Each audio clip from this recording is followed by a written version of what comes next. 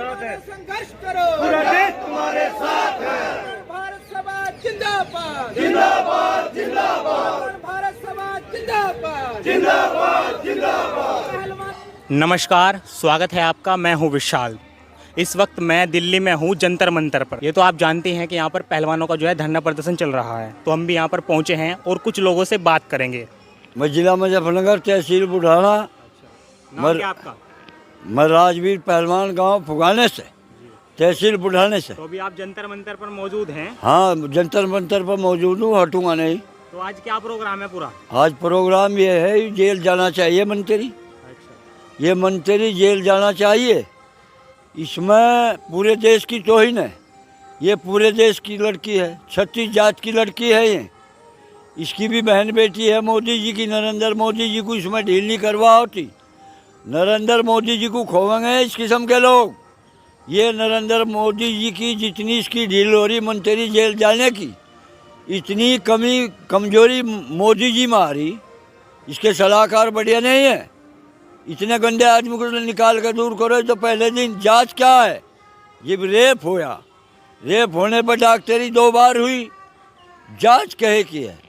ये दबा रहे उस बात को। ये क्या दबावेंगे इस मामले को? पूरे देश का मामला है। ये के दबावेंगे, यहीं दब जाएंगे। ये ऐसे गए जैसे गधे के सिर से छीन गए। ये इनकी कमजोरी इन्हें लेकर बैठ गई।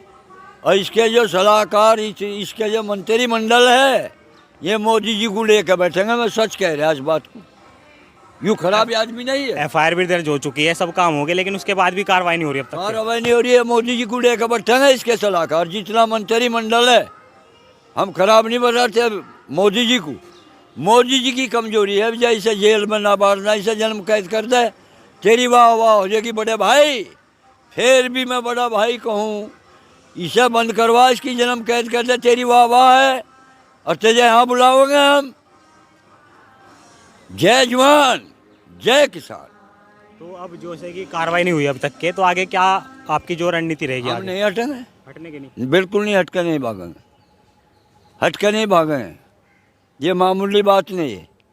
ये तो संसार को चलाने वाली लड़की हैं, खिलाड़ी भी हैं, पहलवान भी है।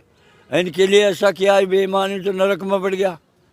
ये नरक में बढ़ चुका है मंत्री जी।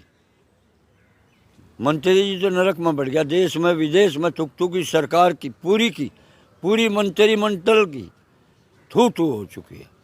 अगर मेरी बात मानते हो, एक चुग्गे में या गंदे खाड़े में कूद के सारे और वहाँ मर जा, इससे बढ़िया तो औरत एक होती है। एक 80 साल का हो लिया मैं, मुझे कुदा ले भगा ले, इस पर कूद जाऊँ मैं 1 मिनट में।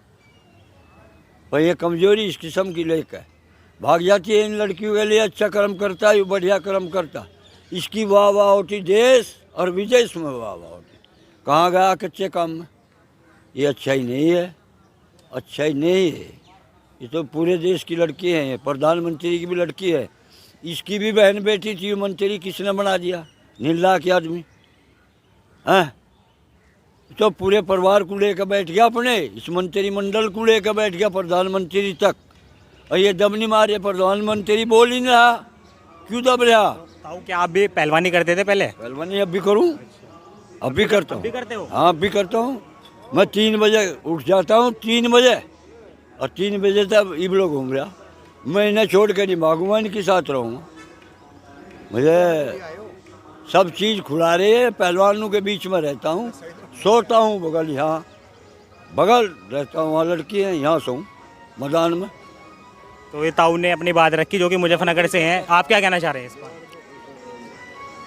देखिए, कहने को क्या है, इसमें बड़ी एक देश जो इस टाइम बड़े बुरे दौर से गुजर रहा है। और ऐसे दौर में एक उम्मीद होती है, जो इस देश का राजा है, उस राजा से उपेक्षा जनता करती है हमेशा ही। लेकिन यहाँ तो वो एक कहावत है, अंधेर नगरी चौपट राजा, टके शेर बाजी और टके शेर खाजा।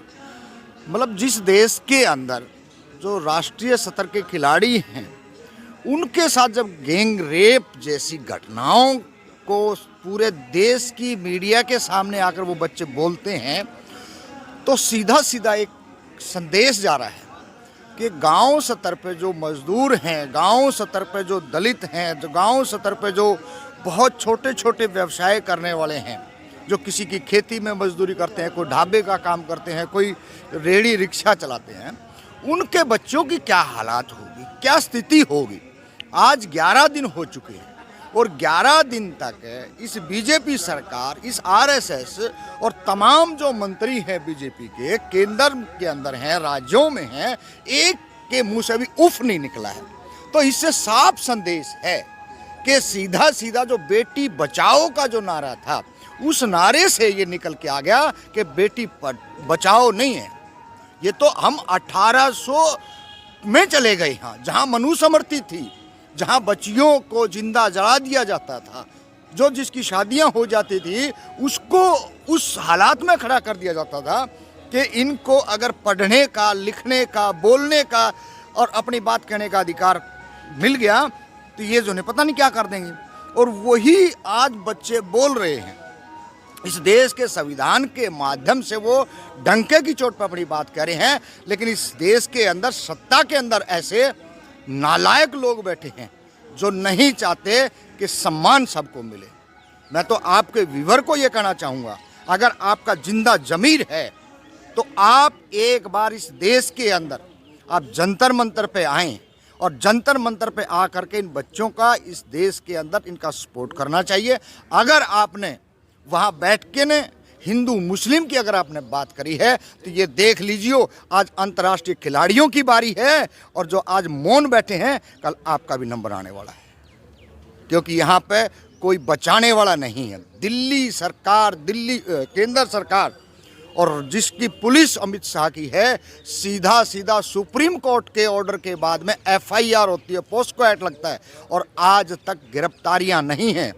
तो नॉर्मल जो आदमी है, दिहाड़ीदार मजदूर, खेती किसानी का जो काम करने वाले हैं, मैं तो पहले भी ये बात कह चुका हूँ कि इस देश के अंदर न्याय की उम्मीद करना बगैर जन सैलाब के मुमकिन नहीं है, नामुमकिन हो चुका है।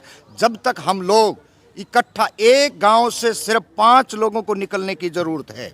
अगर एक गांव से 5 लोग अगर निकलें तो ये कनॉट प्लेस, इंडिया गेट और जंतर मंतर और ये पार्लियामेंट थाने को 12 घंटे के अंदर इस हुकूमत को हिला सकते हैं।